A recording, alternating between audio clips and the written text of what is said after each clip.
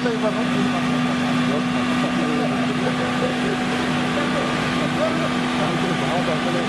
ಅದು ಒಳಗಡೆ ಫ್ಲೇಮ್ ಇರೋದು ಎಲೆಕ್ಟ್ರಿಕಲ್ ಡೀಸೆಲ್ ಬರುತ್ತೆ. ಡೀಸೆಲ್ ಬರುತ್ತೆ ಎಲೆಕ್ಟ್ರಿಕಲ್ ಇದು ಯಾವ ಬರುತ್ತೆ ಡೀಸೆಲ್ ಮಾತ್ರ ಅಲ್ಲ.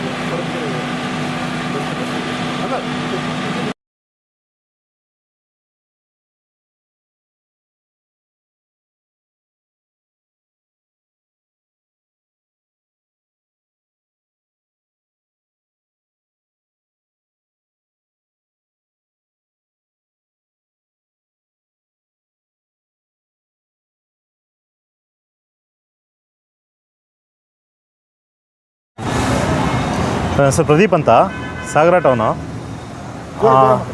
ಪ್ರದೀಪ್ ಅಂತ ಸಾಗರ ಟೌನು. ಮೊನ್ನೆ ನನ್ನ ಮೇಲೆ ಒಂದು ಅಟ್ಯಾಕ್ ಆಗುತ್ತೆ. ಒಬ್ಬ ಡ್ರಗ್ಗಿಸ್ಟ್ ಒಬ್ಬ ಹುಡುಗ ನನ್ನ ಮೇಲೆ ಬ್ರೂಟಲಾಗಿ ಅಟ್ಯಾಕ್ ಮಾಡೋಕ್ಕೆ ಟ್ರೈ ಮಾಡ್ತಾನೆ, ಮತ್ತು ಚೈನ್ ಸ್ನ್ಯಾಚ್ ಮಾಡೋದಕ್ಕೆ ಚಾಕು ಹಾಕೋದಕ್ಕೆ ಟ್ರೈ ಮಾಡ್ತಾನೆ. ಅವನ ಪರವಾಗಿ ನಾನು ಅಲ್ಲಿ ಅಟ್ಯಾಕ್ ಆದಮೇಲೆ ನನ್ನ ಕಾರ್ ಗ್ಲಾಸೆಲ್ಲ ಹೊಡೆದಾದ್ಮೇಲೆ ಟೌನ್ ಸ್ಟೇಷನಿಗೆ ಬಂದುಬಿಟ್ಟು ನಾನು ಕಂಪ್ಲೇಂಟ್ ಕೊಡ್ತೀನಿ. ಅರೌಂಡ್ 5:30-6 ಗಂಟೆ ಅಷ್ಟೊತ್ತಿಗೆ ನಾನು ಕಂಪ್ಲೇಂಟ್ ಕೊಡ್ತೀನಿ. ಬಂದುಬಿಟ್ಟು ಸ್ಟೇಷನಲ್ಲಿ ಕಂಪ್ಲೇಂಟ್ ತೊಗೊಳೋದಕ್ಕೆ ಒಂದು 8:39 ತನಕ ನನಗೆ ವೆಯ್ಟ್ ಮಾಡಿಸಿ ಆಮೇಲೆ ಕಂಪ್ಲೇಂಟ್ ತೊಗೊಂಡು, ಅದು ಪ್ರೆಷರ್ ಮಾಡಿದ ಮೇಲೆ ಕಂಪ್ಲೇಂಟ್ ತೊಗೊಂಡಿದ್ದಾರೆ. ನಡೆದಿರೋ ಘಟನೆ ಎಲ್ಲದನ್ನು ನಾನು ಕರೆಕ್ಟಾಗಿ ಅವ್ರಿಗೆ ಹೇಳಿಬಿಟ್ಟು ಎಲ್ಲ ಎಕ್ಸ್ಪ್ಲೇನ್ ಮಾಡಿ ಹೇಳಿದ ಮೇಲೆ, ತುಂಬ ಪ್ರೆಷರ್ ಮಾಡಿದ ಮೇಲೆ ನೀವು ಇದನ್ನು ಕೇಸ್ ಮಾಡಲೇಬೇಕು, ಇಲ್ಲ ಬಿಟ್ಟು ಕಳಿಸ್ತೀನಿ ಅಂತ ಹೇಳ್ತಾಯಿದ್ರು ಅವರು. ಮಾಡಲೇಬೇಕು, ಇಂಥವ್ರಿಂದ ಇನ್ನೂ 4 ಜನರಿಗೆ ಈ ಥರ ಆಗುತ್ತೆ ಅಂತ ಹೇಳಾದಮೇಲೆ ಅವನ ಮೇಲೆ FIR ದಾಖಲೆ ಮಾಡ್ತಾರೆ. 309, 324 ಸೆಕ್ಷನ್ ಹಾಕ್ಬಿಟ್ಟು ಅವನ ಮೇಲೆ FIR ಮಾಡ್ತಾರೆ. FIR ಮಾಡಿಬಿಟ್ಟು ನೈಟೆಲ್ಲ ಅವನಿಗೆ ಇಟ್ಕೊಂಡು ನಮಗೆ 1 ಗಂಟೆ ತನಕ ರಾತ್ರಿ 1 ಗಂಟೆ ತನಕ ಉಳಿಸ್ಕೊಂಡು FIR ಕಾಪಿ ಕೊಟ್ಟು 1 ಗಂಟೆ ಕಳಿಸ್ತಾರೆ ನಮಗೆ ಸ್ಟೇಷನಿಂದ. ನೆಕ್ಸ್ಟ್ ಡೇ ನಾವು ಆಯಿತು ಕಂಪ್ಲೇಂಟ್ ಲಾಡ್ಜ್ ಎಲ್ಲ ಮಾಡಿದ್ಮೇಲೆ ನಮ್ಮ ಪ್ರೊಸೀಜರ್ ಮುಗಿಸಿದ್ವಿ. ನೆಕ್ಸ್ಟ್ 12 ಗಂಟೆ ಅಷ್ಟೊತ್ತಿಗೆ ನಾವು ರೋಡ್ ಮೇಲೆ ಪಾಸ್ ಆಗ್ತಾ ಇರಬೇಕಾದ್ರೆ ನೋಡಿದರೆ ಆ ಹುಡುಗ ಅವ್ರ ಅಮ್ಮನ ಜೊತೆ ಹೊರಗಡೆ ಬರ್ತಾ ಇದ್ದಾನೆ. ವಿತೌಟ್ ಬೇಲ್ ತೊಗೊಂಡಿಲ್ಲ, ಸ್ಟೇಷನಲ್ಲಿ ಏನೋ ಕಂಡೀಷನ್ಸ್ ಮಾಡಲಿಲ್ಲ, ಬಾಂಡ್ ಇಲ್ಲ. ವಿತೌಟ್ ಬೇಲ್ ತೊಗೊಂಡ್ಬಿಟ್ಟು 12 ಗಂಟೆಗೆ ಯಾವ ಉದ್ದೇಶದಿಂದ ಇವನಿಗೆ ಡಿಪಾರ್ಟ್ಮೆಂಟ್ ಅವರು ಇವನಿಗೆ ಸ್ಟೇಷನಿಂದ ಹೊರಗಡೆ ಕಳಿಸಿದ್ರು ಅನ್ನೋದು ಗೊತ್ತಿಲ್ಲ. ದುಡ್ಡಿನ ಮಿಷನ ಅಥವಾ ಏನು ಮಾಡಿದ್ದಾನೆ, ಅವ್ನು ಏನು ಕಮಿಟ್ಮೆಂಟ್ಸ್ ಇದೆ ಅಂತ ಒಬ್ಬ ಕ್ರಿಮಿನಲ್ಲಿಗೆ ಅಂತ ಒಬ್ಬ ಚಪ್ಪರ್ ಹುಡುಗನಿಗೆ ಇವರು ಇದು ಮಾಡಿಬಿಟ್ಟು ಹೆಂಗೆ 1 ಗಂಟೆಗೆ ಬಿಟ್ಟಿದ್ದಾರೆ ಅಂತ ಗೊತ್ತಿಲ್ಲ. ಅದನ್ನು ನಾವು ಯಾವುದು ಇವತ್ತು ಅದನ್ನು ಈಗ ಸರ್ಕಲ್ ಇನ್ಸ್ಪೆಕ್ಟರ್ ಅದನ್ನು ಕರೆಕ್ಟಾಗಿ ಪ್ರೊಸೀಜರ್ ಫಾಲೋ ಮಾಡಿಲ್ಲ, ಪ್ಲಸ್ ನೆಗ್ಲಿಜೆನ್ಸಿ ಮಾಡಿದ್ರಿಂದ ಆ ಕೇಸ್ನ ನಾನು DYSP ಅವರಿಗೆ ಇವತ್ತು ಅವ್ರ ಎಗೇನ್ಸ್ಟು ಸರ್ಕಲ್ ಇನ್ಸ್ಪೆಕ್ಟರ್ ಎಗೇನ್ಸ್ಟ್ ನಾನು ಕಂಪ್ಲೇಂಟ್ನ ಕೊಡ್ತಾಯಿದ್ದೀನಿ. ಸರ್ಕಲ್ ಇನ್ಸ್ಪೆಕ್ಟರ್ ಮತ್ತು ಸನಾವುಲ್ಲಾ ಅಂತ ಹೇಳ್ಬಿಟ್ಟು ಕ್ರೈಮ್ ಸಿಬ್ಬಂದಿ ಅವರು ಟೌನ್ ಸ್ಟೇಷನ್, ಅವ್ರು ಕ್ರೈಮ್ ಸಿಬ್ಬಂದಿ ಅವರು ಟೌನ್ ಸ್ಟೇಷನ್ ಅವರು ಕೂಡ. ನಾವು ಇದು ಫೋನಲ್ಲಿ ಕೇಳಿದಾಗ ಏನು ಸರ್ ಇದು ಬೇಲ್ ಮಾಡಿಸ್ಕೊಂಡಿದ್ದೀರಾ ಅಂತ ಕೇಳಿದರೆ ಅವ್ರು ಹೇಳ್ತಾರೆ ಬೇಲೆಲ್ಲ ಮಾಡಿಸಿದ್ರೆ ನಮಗೇನು ಕೇಳ್ತೀಯಪ್ಪ, ಸರ್ಕಲ್ ಇನ್ಸ್ಪೆಕ್ಟ್ರಿಗೆ ಕೇಳ್ಕೊ ನೀನು ಅಂತ ಹೇಳ್ಬಿಟ್ಟು ಈ ಥರ ಮಾತಾಡ್ತಾರೆ. ಸೊ ದೂರು ದಾಖಲೆ ಮಾಡಿರೋದು DYSP ಅವರಿಗೆ ಕೊಟ್ಟಿದ್ದೀನಿ. ಸರ್ಕಲ್ ಇನ್ಸ್ಪೆಕ್ಟರ್ ಅಗೇನ್ಸ್ಟು ನಾನು DYSP ಅವರಿಗೆ ಕೊಟ್ಟಿದ್ದೀನಿ. ಸನಾವುಲ್ಲಾ ಮೇಲೆ ಮತ್ತು ಸರ್ಕಲ್ ಇನ್ಸ್ಪೆಕ್ಟರ್ ಮೇಲೆ ಕೊಟ್ಟಿದ್ದೀನಿ. ನೆಕ್ಸ್ಟ್ ಮತ್ತು ಈಗ SP ಗೆ ನಾನು ಮೇಲ್ ಮಾಡಿದ್ದೀನಿ. ಕರ್ನಾಟಕ ಸ್ಟೇಟ್ ಪೊಲೀಸು ಯಾವುದು IG ಅವರಿಗೆ ನಾನು ಮೇಲ್ ಮಾಡಿದ್ದೀನಿ. ಏನು ಕಂಪ್ಲೇಂಟ್ ಕಾಪಿ ಇದೆ ಅದನ್ನು ಅಟ್ಯಾಚ್ ಮಾಡಿಬಿಟ್ಟು ನನಗಾಗಿರೋ ಪ್ರಾಬ್ಲಮ್ನ ನಾನು ಬರೆದ್ಬಿಟ್ಟು ನಾನು ಮೇಲ್ ಮಾಡಿದ್ದೀನಿ ಅವ್ರಿಗೆ. ನಿನ್ನೆ ಮತ್ತು ಮೊನ್ನೆ ಏನು ನಾಟಕೀಯವಾದ ಬೆಳವಣಿಗೆ ನಗರ ಪೊಲೀಸ್ ಠಾಣೆಯಲ್ಲಿ ನಡೀತು, ಆ ಮಾದಕ ದ್ರವ್ಯ ವ್ಯಸನಿ ಬಗ್ಗೆ ಪ್ರದೀಪ್ ಅವರು ಕೊಟ್ಟಿದ್ದ ದೂರಿನ ಇದ್ರ ಮೇಲೆ ಅದನ್ನು ನಿನ್ನೆ ಇನ್ಸ್ಪೆಕ್ಟರ್ ಅವರು ಭಾಳ ಆಲಿಶವಾದ ಮಾತನ್ನು ಹೇಳಿ ತಪ್ಪು ದಾರಿಯನ್ನು ತೋರಿಸ್ತಾ ಇದ್ರು. ಆ ಕೇಸಿನ ದಾರಿನೇ ತಪ್ಪು ದಾರಿಗೆ ಹೋಗ್ತಾಯಿತ್ತು. ಅದನ್ನೆಲ್ಲ ಮನಗೊಂಡು ನಮ್ಮ ದೂರದಾರರಾಗಿರ್ತಕ್ಕಂಥ ಪ್ರದೀಪ್ ಅವರು ಇನ್ನು ಉನ್ನತ ಅಧಿಕಾರಿಗಳ ಜೊತೆಗೆ ಮಾತಾಡಿ ಈಗ ಇನ್ಸ್ಪೆಕ್ಟರ್ ಪುಲ್ಲಯ್ಯ ಮತ್ತು ಏನು ಕ್ರೈಮ್ ಸಿಬ್ಬಂದಿ ಸನಾವುಲ್ಲಾ ಇದ್ದಾರೆ ಅವರು ಇಬ್ಬರ ಮೇಲೆ ದೂರು ದಾಖಲಿಸ್ತಾ ಇದ್ದಾರೆ. ಆ ದೂರಿನ ಪ್ರತಿಯನ್ನು DSP ಅವರಿಗೆ ಕೊಟ್ಟಿದ್ದಾರೆ. DSP ಅವರು ಅದನ್ನು ಸ್ವೀಕಾರ ಮಾಡಿ ಹೆಚ್ಚಿನ ತನಿಖೆ ಮಾಡಿ ನಿಮಗೆ ನ್ಯಾಯ ಒದಗಿಸ್ಕೊಡ್ತೀವಿ. ಸಾಗರದಲ್ಲಿ ಯಾವುದೇ ರೀತಿ ಆ ಥರ ಘಟನೆಗಳು ನಡೆದೇ ಇದ್ದಂಗೆ ನಾವು ಇಲಾಖೆಯವರು ಬಂದೋಬಸ್ತ್ ಮಾಡ್ತೀವಿ ಅನ್ನೋ ಒಂದು ಸೂಕ್ತ ಭರವಸೆಯನ್ನು ಕೊಟ್ಟು ಇವತ್ತು ನಮಗೆ ಕಳಿಸಿದ್ದಾರೆ. ಸಾಗರ ನಗರ ಠಾಣೆಯಲ್ಲಿ ಪ್ರದೀಪ್ ಪಾಂಡುರಂಗ ಅನ್ನುವರು ಒಂದು ಮನೆ ಫಿರ್ಯಾದಿನ ಕೊಟ್ಟಿದ್ದಾರೆ. ಆದನ್ನುವಂಥ ಒಂದು ಹುಡುಗ ಇಲ್ಲಿ ಬಂದು ಅವರಿಗೆ ಆಕಸ್ಮಿಕವಾಗಿ ಬಂದು ಮೇಲೆ ಅಟ್ಯಾಕ್ ಮಾಡಿ ಅವರು ಕುತ್ತಿಗೆಯಲ್ಲಿ ಚೈನನ್ನು ಹರ್ಕೊಳ್ಳಿ ಪ್ರಯತ್ನ ಮಾಡಿದ್ರೆ ಮತ್ತು ಅವರಿಗೆ ಕೈ ಕಚ್ಚಿದ್ದನ್ನು ಹಲ್ಲೆ ಮಾಡಿದನಂತೇಳಿ ಈ ಕುರಿತಾಗಿ ಈಗಾಗಲೇ ನಗರ ಠಾಣೆಯಲ್ಲಿ ಪ್ರಕರಣ ದಾಖಲಾಗಿದೆ. ಪ್ರಕರಣ ದಾಖಲಾಗಿ ತನಿಖೆಯಲ್ಲಿರ್ತದೆ. ನಮ್ಮ ಇನ್ಸ್ಪೆಕ್ಟರ್ ಸಹ ಹೊಸದಾಗಿ ಬಂದಿದ್ದಾರೆ. ಮೇ ಬಿ ಅದನ್ನು ಡ್ರಗ್ಸ್ ತಗೊಂಡಿರ್ಬೋದು ಅನ್ನುವಂಥ ಗುಮಾನ ಇತ್ತು. ಈ ಕುರಿತಾಗಿ ನಮ್ಮ ಪೊಲೀಸರು ತಕ್ಷಣ ಅವನನ್ನು ಕರ್ಕೊಂಡು ತಾಬಾಗೆ ತಗೊಂಡು ಮೆಡಿಕಲ್ ಟೆಸ್ಟ್ ಮಾಡಿಸಿದ್ದಾರೆ. ಬಟ್ ಯೂರಿನ್ ಟೆಸ್ಟಲ್ಲಿ ನೆಗೆಟಿವ್ ಬಂದಿದೆ. ಈ ನೆಲೆಯಲ್ಲಿ ಅವನು ಡ್ರಗ್ಸ್ ತಗೊಂಡಿಲ್ಲ ಅನ್ನೋ ಕಾರಣದಿಂದ ನೋಡಿದ್ದಾರೆ. ಮತ್ತು ಅದು ಪ್ರಕರಣ ತನಿಖೆಯಲ್ಲಿದ್ದರಿಂದ ಆಸ್ ಪರ್ BNSS ಪ್ರಕಾರ ಏನು ತಕ್ಷಣದಲ್ಲೇ ಯಾರೇ ವ್ಯಕ್ತಿಯನ್ನು ಅರೆಸ್ಟ್ ಮಾಡಿ ಕಳಿಸ್ಕೊಡ್ಲಿಕ್ಕೆ ಆಗೋದಿಲ್ಲ. ಅವರಿಗೆ ಸಾಕಷ್ಟು ಅವಕಾಶ ಕೊಡಬೇಕಾಗ್ತದೆ. ಈ ನೆಲೆಯಲ್ಲಿ ಇನ್ಸ್ಪೆಕ್ಟರ್ ಅವರು ಅವರನ್ನು ಸಂಪೂರ್ಣವಾಗಿ ವಿಚಾರಣೆಗೆ ಒಳಪಡಿಸಿ ಸಂಪೂರ್ಣ ತನಿಖೆಯಿಂದ ನಂತರದಲ್ಲಿ ದಸ್ತಗಿರಿ ಮಾಡಿದರೆ ಸ್ವಲ್ಪ ವಿಳಂಬ ಆಗಿದೆ. ಈ ಕುರಿತಾಗಿ ಇವರು ಕೆಲವೊಂದು ವಿನಂತಿಯನ್ನು ಮಾಡಿದ್ದಾರೆ. ಬಟ್ ಆ ವ್ಯಕ್ತಿಯ ಕುರಿತಾಗಿ ಏನು ಅಪರಾಧ ಮಾಡಿದ ವ್ಯಕ್ತಿಯ ಕುರಿತು ಮಾನಸಿಕವಾಗಿ ಸ್ಥೀಮಿತದಲ್ಲೆಲ್ಲ ಮೇ ಬಿ ಡ್ರಗ್ ಅಡಿಕ್ಷನ್ ಇರ್ಬೋದು ಅನ್ನೋ ಕುರಿತಾಗಿ ಅವರು ಮಾಹಿತಿಯನ್ನು ಕೊಟ್ಟಿದ್ದಾರೆ. ಈ ಕುರಿತಾಗಿ ನಾವು ಶೀಘ್ರವಾಗಿ ಪರಿಶೀಲನೆ ಮಾಡ್ತೀನಿ. ಮೇ ಬಿ ಇದ್ದರೆ ಯಾವುದೇ ಕಂಡೀಷನಿಗೂ ಬಿಡುವಂಥವರಿಗೆ ಸರಿಯಾದಂಥ ಕಾನೂನಿನ ಕ್ರಮ ತಗೊಳ್ತೀವಿ. ಮತ್ತು ಅಂಥ ಇದ್ದರೆ ಡ್ರಗ್ದಲ್ಲಿ ಸಪ್ರೇಟ್ ಆದಂಥ ಕೇಸು ಆಗ್ತದೆ. ಇನ್ಸ್ಪೆಕ್ಟ್ರ್ ಹೊಸಬರು ಇರೋದ್ರಿಂದ ಏನು ಇನ್ಸ್ಪೆಕ್ಟ್ರ್ ಬಗ್ಗೆ ಅವ್ರು ಹೇಳಿದ್ದಾರೆ. ಬಟ್ ಅಂಥದ್ದೇನು ಇರಲಿಕ್ಕೆ ಚಾನ್ಸ್ ಇಲ್ಲ. ಅದನ್ನು ನಾನು ವೆರಿಫೈ ಮಾಡ್ತೀನಿ.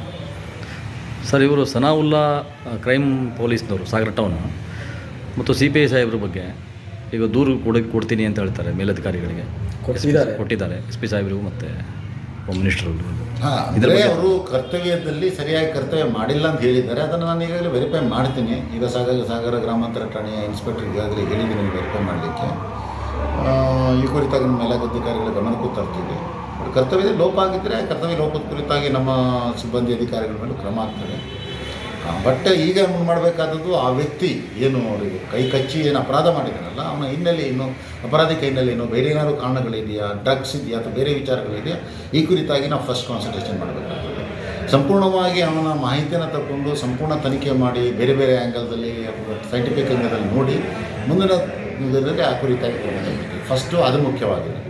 ಸರ್, ಈಗ ಸಾಗರದಲ್ಲಿ ಹಿಂದೂ ಮುಸ್ಲಿಂ ಅಂತಂದರೆ ಎಲ್ಲ ಅಣ್ಣ ತಮ್ಮ ಬಾಳ್ತಿದ್ದಾರೆ. ಬಟ್ ಇಂಥವರಿಂದ ಒಬ್ಬರಿಂದ ಏನಾದರೂ ಆಯ್ತಂದರೆ ಅತಿ ಸೂಕ್ಷ್ಮ ಪರಿಸರ ಸಾಗರ.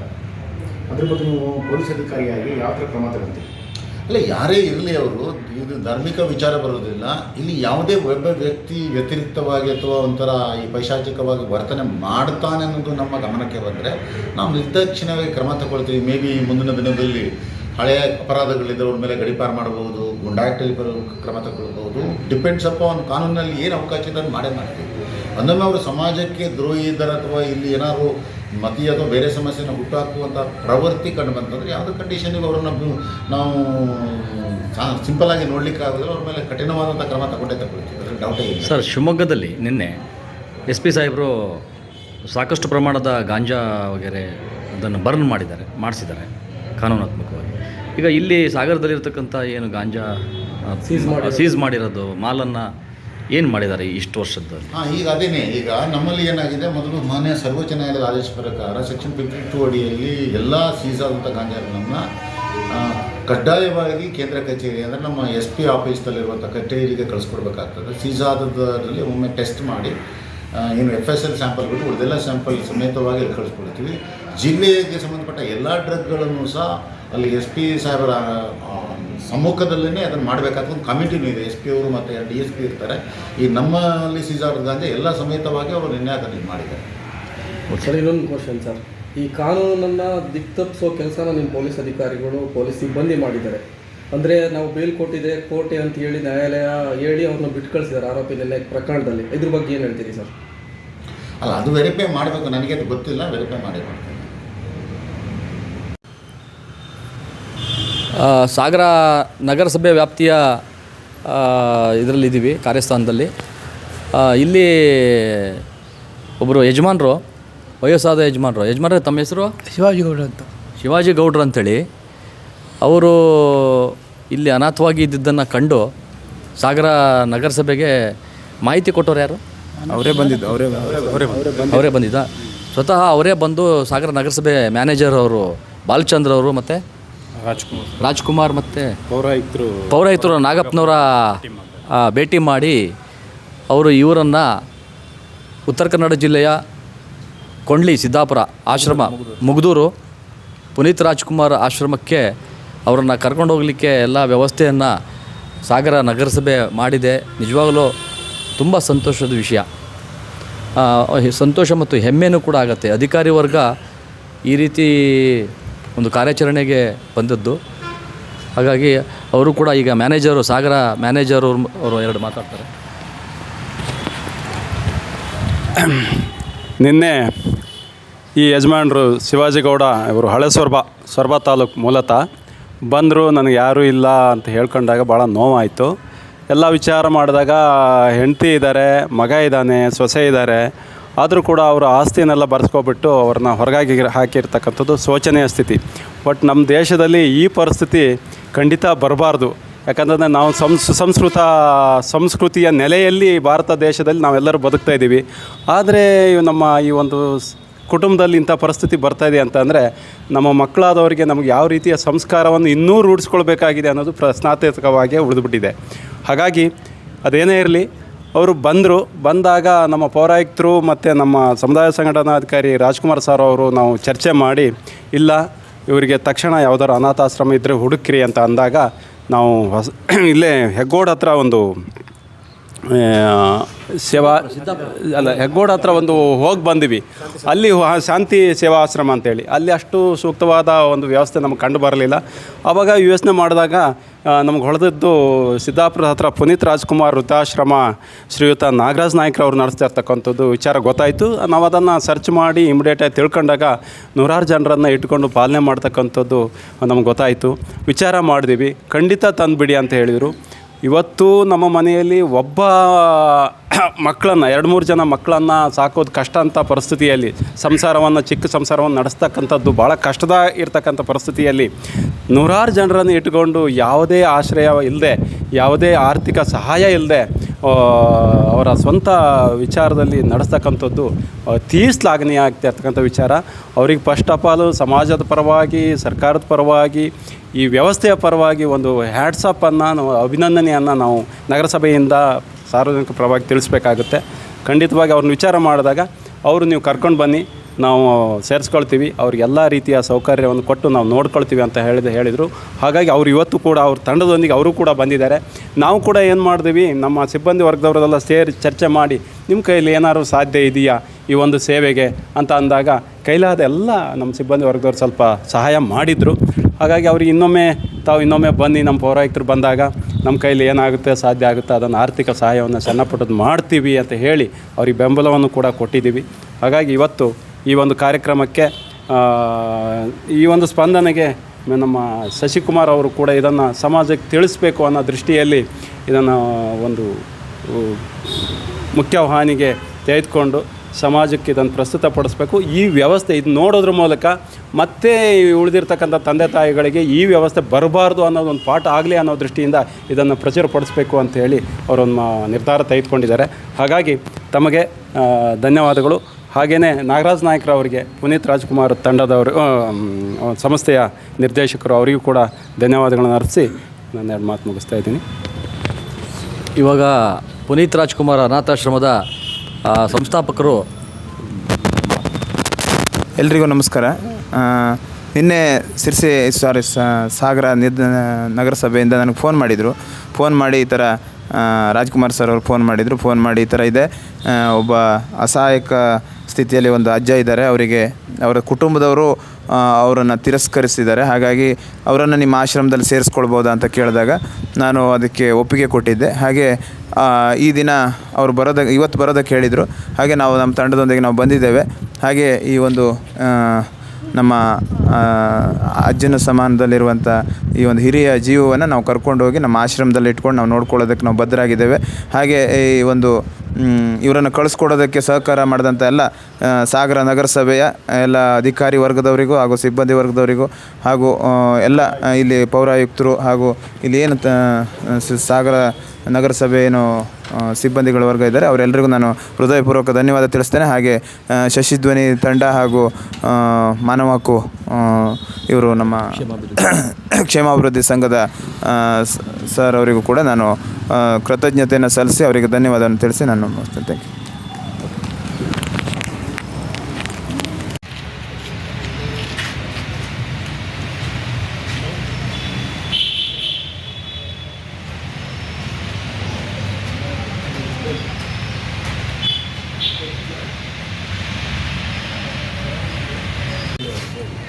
ಇವರಿಗೆ 90 ವರ್ಷ. ಇವರು ಹಳೆ ಸ್ವರ್ಬದವರಂತೆ. ಅಲ್ಲಿ ಇದ್ದಂಥ ಆಸ್ತಿಗಳನ್ನೆಲ್ಲ ಟೆನೆನ್ಸ್ನಲ್ಲಿ ಕಳ್ಕೊಂಡಿದ್ದಾರೆ. ಸೊ ಹಿಂದೆ ಸ್ವಲ್ಪ ಆಸ್ತಿ ಕಳೆದ್ರು ಅನ್ನೋ ಕಾರಣಕ್ಕೋ ಅಥವಾ ಯಾವ ಕಾರಣಕ್ಕೋ ಗೊತ್ತಿಲ್ಲ, ಫ್ಯಾಮಿಲಿಯವರು ಇವರನ್ನು ತಿರಸ್ಕಾರ ಮಾಡಿದ್ದಾರೆ. ಸುಮಾರು ಈಗ ಒಂದು 4-5 ವರ್ಷದಿಂದ ಬಿಟ್ಟು ಮನೆಯಿಂದ ಹೊರಗಾಕಿದ್ದಾರೆ.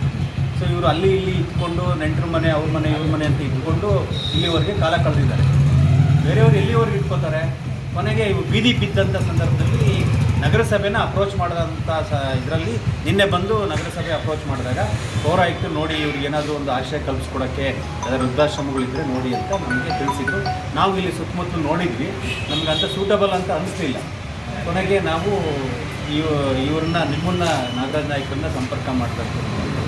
ನಮಗೆ ನಿಮ್ಮ ಸಂಸ್ಥೆ ಬಗ್ಗೆ, ನೀವು ಮಾಡ್ತಾ ಇರ್ತಕ್ಕಂಥ ಸೇವೆ ಬಗ್ಗೆ, ನೀವು ಒಬ್ಬ ಅನಾಥರಾಗಿ ನೀವು ಈ ಮಟ್ಟಕ್ಕೆ ಬೆಳೆದಿರೋವಂಥದ್ರ ಬಗ್ಗೆ ನಮಗೆ ಹೆಚ್ಚಿನ ವಿಶ್ವಾಸ ಮೂಡಿತು.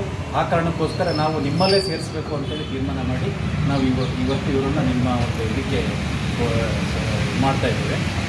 ಒಂದು ಆಮೇಲೆ ಈ ಮನುಷ್ಯ, ಈ ಯಜಮಾನರು ಯಾವ ಮಟ್ಟಕ್ಕೆ ಬಂದಿದ್ದರು ಅಂದರೆ, ನನಗೆಲ್ಲೂ ಆಶಯ ಸಿಕ್ಕಲಿಲ್ಲ ಅಂದರೆ ನಾನು ಜೀವ ಕಳ್ಕೊಳ್ತೀನಿ ಅನ್ನೋ ಮಟ್ಟಕ್ಕೆ ಬಂದಂಥ ವ್ಯಕ್ತಿ.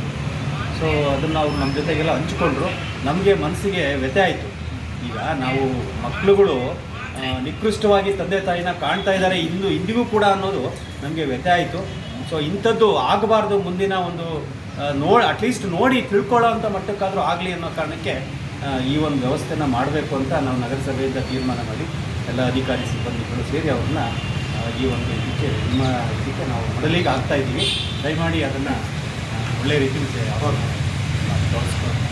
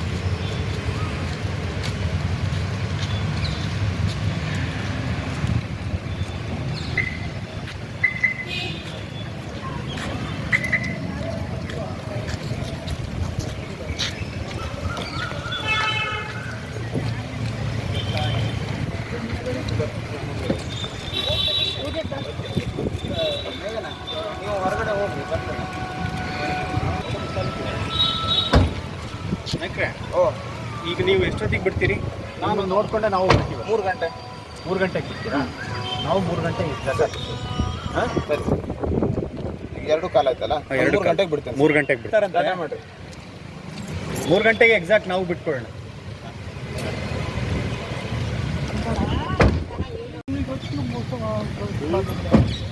ಆಯ್ತು ಒಳ್ಳೇದಾಗಲಿ ಅಷ್ಟೇ. ಆರೋಗ್ಯ ಕಾಪಾಡ್ಕೊಂಡು ಆರಾಮಾಗಿರು. ಅವ್ರು ದೇವ್ರು ಸಿಕ್ಕಂಗೆ ನಿನಗೆ. ಓಕೆ.